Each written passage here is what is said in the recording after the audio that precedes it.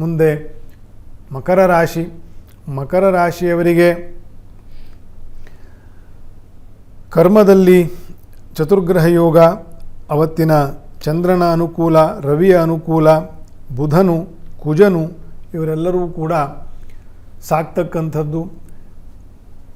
ಯಾವ ಕೆಲಸವನ್ನು ಅಥವಾ ಯಾವ ಉದ್ಯೋಗದಲ್ಲಿ ನಿಮಗೆ ಹೆಚ್ಚು ಆಸಕ್ತಿ ಇರ್ತದೋ ಅದರಲ್ಲಿ ಇನ್ನೂ ಹೆಚ್ಚಿನ ಪರಿಣಾಮಕಾರಿಯಾಗಿ ಕೆಲಸ ಮಾಡ್ತಕ್ಕಂತಹ ಒಂದು ಮನೋಸ್ಥೈರ್ಯ ಅಥವಾ ಮನೋಭಾವ ಹೆಚ್ಚಾಗ್ತಕ್ಕಂಥ ದಿನಗಳಾಗ್ತದೆ ಮಕರ ರಾಶಿಯವರಿಗೆ.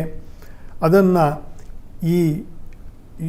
ಈ ಗ್ರಹಚಾರ ಯೋಗಗಳು ಕಳೆದು ಮುಂದೆ ವೃಶ್ಚಿಕ ಮಾಸಕ್ಕೆ ಬಂದಾಗ ಇದರ ಫಲವನ್ನು ನೀವು ಪಡಿತೀರಿ.